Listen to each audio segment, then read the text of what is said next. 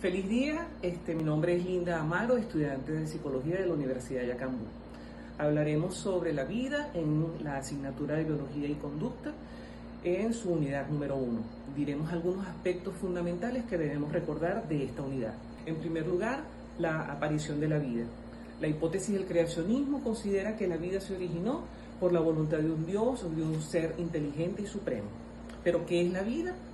La generación espontánea, llamada también abiogénesis, afirma que la vida puede surgir a partir de la materia inerte, de manera espontánea, en donde hay restos de animales o vegetales en descomposición. ¿Cuáles son las características o condiciones que nosotros como seres humanos cumplimos para decir que somos un ser vivo? Primero, nuestra organización celular, estamos formados por células, el metabolismo, que realizamos procesos metabólicos para obtener y utilizar energía, nuestro crecimiento y desarrollo, desde el nacimiento hasta la madurez, la reproducción, nos reproducimos y damos origen a una descendencia que asegura la continuidad de la especie. Respondemos a estímulos, tenemos una homeostasis, un medio que nos mantiene en equilibrio interno estable y nos adaptamos y evolucionamos. Sobre el origen de la Tierra. Creacionismo o teoría de la creación. Los creacionistas no admiten la evolución, y eso viene desde la época del hombre primitivo. La teoría de la generación espontánea, la antigua creencia de que los seres vivos surgen espontáneamente de manera inerte o abiogénesis, de animales o de vegetales en descomposición. En 1620, Van Helmont habla sobre un experimento de la habitación húmeda y oscura, más la ropa impregnada de sudor, más semillas de trigo, en un recipiente igual a ratones.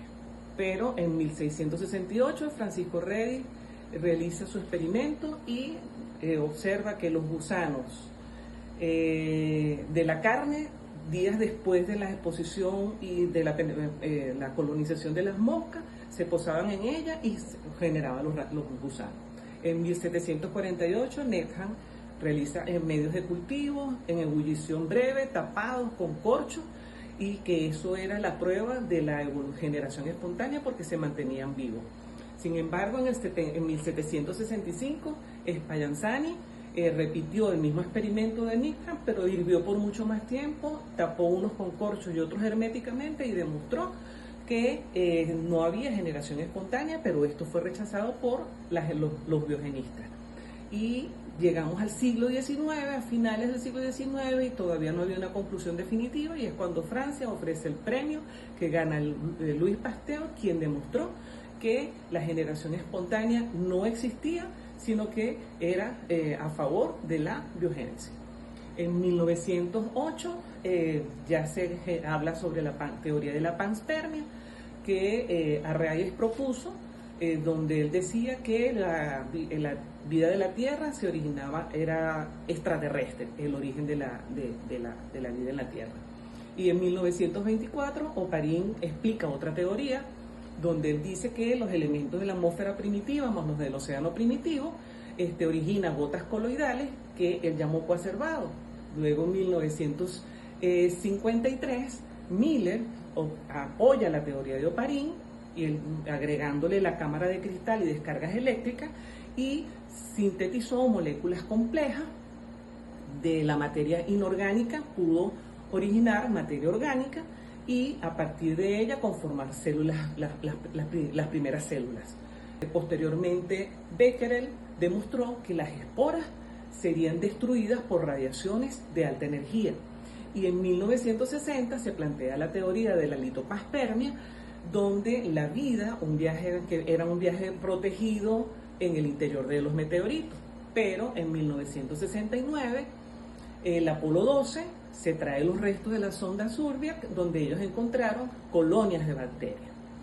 Luego surgieron los primeros modelos celulares, que eran los protobiontes, con la presencia de una membrana que separaba el contenido interior del medio exterior. La teoría heterotrófica, donde los primeros organismos vivos obtenían su energía consumiendo moléculas orgánicas. Importante también conocer la importancia de las pruebas morfológicas, similitudes y diferencias en las estructuras de los organismos, apoyándose de la anatomía comparada, era comparar las estructuras de los cuerpos de diferentes organismos revela similitudes que sugieren un origen común. Órganos homólogos tienen una estructura similar, pero con funciones diferentes. Órganos vestigiales, estructuras que han perdido su función original. Las pruebas biológicas también apoyan al origen de la vida, porque se puede estudiar con el estudio de la genética y la biología molecular, las secuencias genéticas del ADN, similitudes en las secuencias de aminoácidos y de proteínas esenciales. La evolución observada, donde casos documentados de cambios evolutivos observados en el tiempo real, desde el Australopithecus hasta el Homo sapiens sapiens.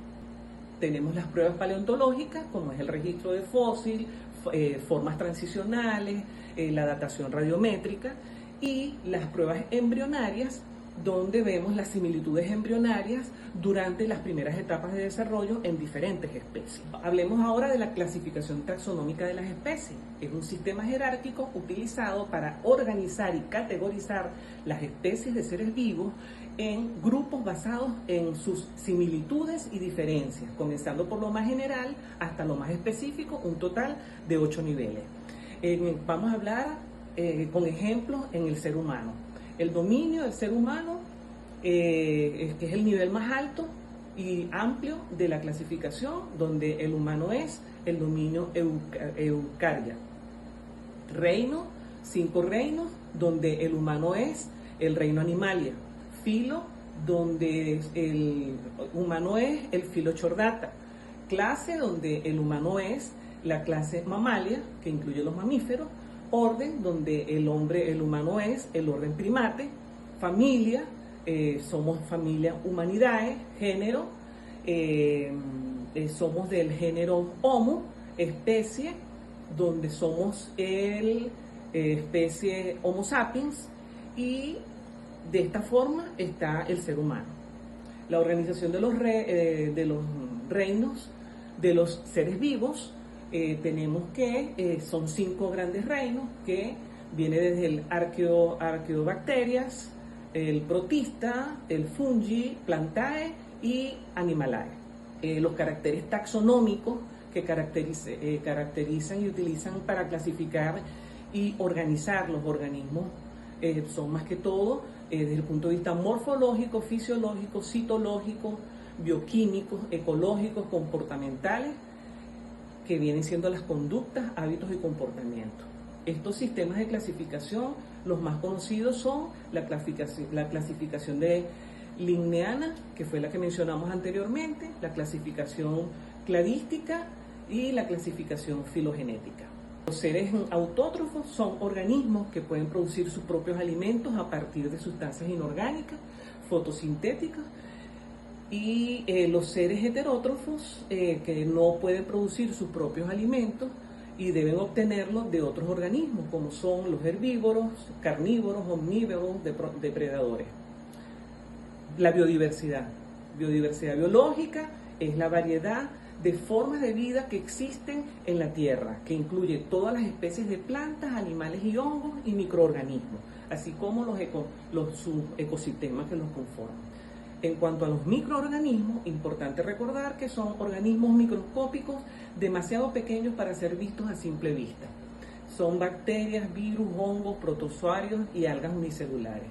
Se clasifican en bacterias, virus, hongos, protozoarios, algas unicelulares, pero los virus son partículas infecciosas que consisten en material genético rodeado por una cápside proteica. No son considerados organismos vivos, no pueden replicarse por sí mismos. Tienen una morfología que es una cápside que contiene el material genético, membrana lipídica que rodea la cápside, y no tiene metabolismo propio y necesitan de un huésped para poderse reproducir. Pueden infectar, incluyendo a las bacterias y a otros microorganismos, y se pueden reproducir a través de la absorción, la penetración, la síntesis, embalaje y liberación. Las bacterias son cocos, bacilos, espirilos, que son organismos procarióticos con una pared celular que les proporciona forma y protección para ser autótrofas o heterótrofas. Su reproducción puede ser por fisión binaria, replicación, elongación y por división. Les dejo las referencias bibliográficas y muchísimas gracias por escucharme.